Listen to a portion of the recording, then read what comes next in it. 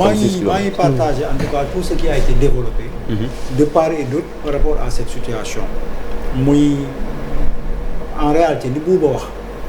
dafa tënk li ñu wax bu bëri terre bi dañ ko man sax damaa yërëm terre bi terre bi dafa sonn waaw terre bi comme benn nit boo xam ne dañ koy dugal hôpital opéré parce que en fait moi je pense que ça c'est une suite logique quelque part xam nga dafa am nu ñu yaree ci ni ñuy doxalee bay yu si bëri doo ko mën a wax parce que am na yoo xam ne boo koy wax da nga koy teg ci lu leer mais dañuy waxtaan ak ay nit di dugg fu bëri gis nga affaire u vol ak sabotage yi ñuy wax tey jii ci terre bi man gëm naa ne commencé wul tey boo leen seetloo terre bi li ñu ko reporté dafa bëri datu inauguration terre bi dafa bëri da nga fay daje ñu fay liggéey ñoo xamante ne buñ la waxee la ñu fay sàcc ci matériel kenn mënul xayma ñaata la ci xaalis waxuma nag pour show parce que dama show ñu fa nekk ñoo xam ne fa la ñuy liggéey lañ fa doon installé yëpp pour préparer inauguration bi dañ koy sàcc moo tax ma leen dama yërëm terre bi ak coow li mu fi indi yëpp maintenant quand on fait une infrastructure effectivement de ce niveau avec tous ces milliards yi nga xam ne les uns et les autres estimé woon nañ ko ne jaru ko wala xajoon na feneen mais mooy li muy wax mesure d'accompagnement yi par rapport à la sécurisation effectivement de l'infrastructure daf koy jar boo demee ba ñu naan 1400 milliards nga ci def mais dafa am lu mu war a àndal dafa am lu mu war a àndal loo xam ne c'est de la responsabilité de l'État et des partenaires parce que il faut pas oublier aussi que ne État bi am na ci responsabilité mais ñi muy jox marché bi dañ ci am responsabilité ci cahier de charge yi ngay wax lañ ci war a def une part pour sécurité bi ak lépp li ci war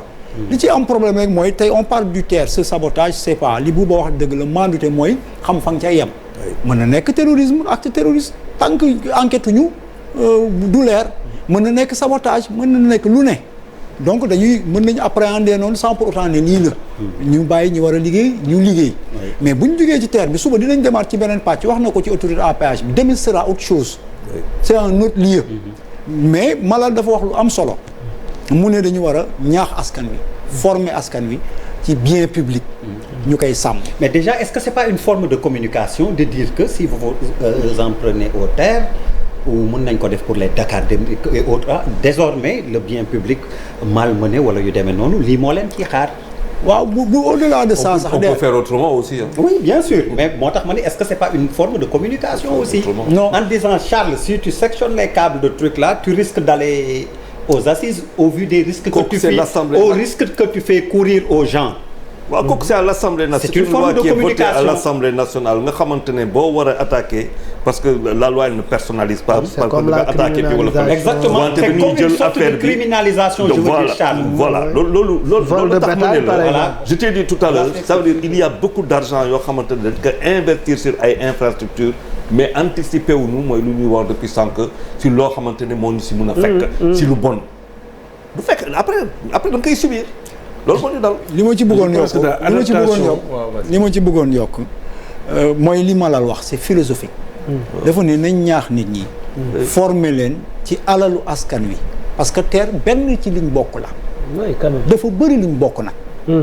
waaw dafa bëri liñ bokk ñi nga xam ne ñoo ko war a sàmm ci liñ bokk ni mu yaatoo bu dee dañ leen di gis ci yeneen fànn yi sàmm ñu liñ bokk ña nga yaru askan wi ci jikko yu bon parce que du terre rek lañ bokk benn aspect ci la c'est-à-dire la pédagogie par l'exemple bu ñuy prôner ay comportement wala di ñaax askan wi ne leen ñii la ñu war a taxawee ña nga xam ne ñoo leen ciy ñaax dañ ko war a taxawee noonu la ñuy yaree askan du théorie du discours te dañ nekk réew théorie ak discours et en général les pratiques de gouvernance ou bien dans l'espace public sont en profonde contradiction avec ce que les gens théorisent parce que tey jii alalu askan wi ci feneen budul teer ñoo ko mbokk mais des fois ñun on a l'impression que dañuy koy pasare yaa ngi yar askan wi que ni que bu ñu neexee ñu pasaree ko wax nga ko ñu ne nañ criminaliser par exemple ñu ku saboter ku def li ni mel oui mais liñ fi war a criminaliser bëri na pour yar askan wi tey jii ñii def nii mettre en danger la vie de beaucoup de Sénégalais mais ci beneen fànn ci alal bu askan wi bokk wala ci benn loi booy voter wala ci benn taxawaay bu ñaaw yaa ngi mettre en danger la stabilité du pays carrément donc tout le monde est interpellé que ni ñi nga xam ne ñooy la locomotive de ce terre là di xëcc ñoom ñoo war a exemplaire dans les comportements ba nga xam ne c'est le premier modèle pour ñaax askan wi beneen bi mooy ñuy sanctionner bu ñu jëlee en compte li ngeen di wax mooy jël toutes les mesures yi war gis nga Sénégal dafa commencé di bëri sentiment ñu baal ma bugguma tooñ mais dafa am loo xamante ni dafa garaaw lu garaaw nag fajin bu garaaw lañ ko war a fajee am na ñuy fekk nit ñi di leen rendi comme nu mu leen neexee Sénégal ak yeneen forme d'agression yoo xamante ni ça met en danger la vie de tous les Sénégalais kooku tamit état bi daf ci war a taxaw ak acteurs yëpp pour ñu xool réforme yooyu ñu war a def pour des lois très contraignantes pour empêcher à ce que par exemple tey terre bi la parce que train bi bu ci accident amoon ñaata nit ñoo ciy dee par l'irresponsable ak acte ki ko def fu mu mënti bokk lu ko mënti motiver li mu def pour man moo gën a grave sax terrorisme dafa agir en très grande conscience dem jël sax ay jumtuwaay pour mën a bañ a lar boppam mais kenn doful xam nañ ne train dafay jël ay nit ñu bëri xam nañ ne tey jii boo daggee courant bi wala nga dagg câble yi mais train bi mën na dérailler la lu ne mën na ci ne mu wóor la ni ñi fa nekk seen bakkan mi ngi xoot ci gerte mais ça ne te dérange pas mais dañu toll Sénégal foo xamante ni képp koo xam ne koo mënti doon nag ngeen baal ma ça peut heurter mais man c'est ma vision de la chose que ni au-delà de ñi yor l'autorité ñu exemplaire mais tamit ñuy sanctionner réew moo xam ne duñ sanctionner parce que dama am ay xarit yu dëkk réewu nasaraan man leen doon laaj loo xam ne presque xam naa tontu bi man dama yàgg gëm ne tubaab musul gën a yaru ñun ñi amul ay loi ak ay contraintes yoo xamante ni bu ñu la ko tegee benn ñaar ba ngay dee doo ko def. J'ai un ami médecin qui est au Canada suñu beneen xarit médecin fekk ko fa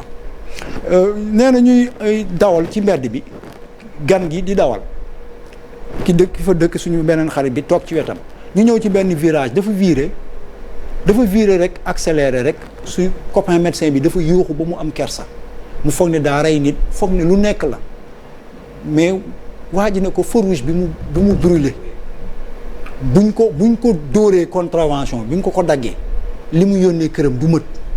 au Canada. Moi je pense que ne il faut que Sénégal dem dans cette dynamique ñu teg ay dispositions c'est des réformes ñu bañ ci dem dans les sentiments ñuy sanctionner yenn comportement yi nga xamante ne c'est dans l'espace public te day teg lor askan wi man loolu laa gëm.